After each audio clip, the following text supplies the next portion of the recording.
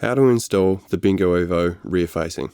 Tools are not required to remove the seat unit from the frame. Firstly, locate the adjustment handle that is attached to the backrest of the seat unit. Squeeze this handle firmly with one hand and push down while still squeezing the handle. Continue to push until it reaches the maximum tilt angle. With your free hand, locate the release button that is on the side plate with a Hoggy logo. Press this in while still squeezing the handle and pushing down. The seat unit will pop free from the frame. Lift directly up to fully detach the BINGO from the mobility frame. Now, you can rotate the seat unit 180 degrees to reinstall. Firstly, locate the silver guide bearings on both sides of the seat unit.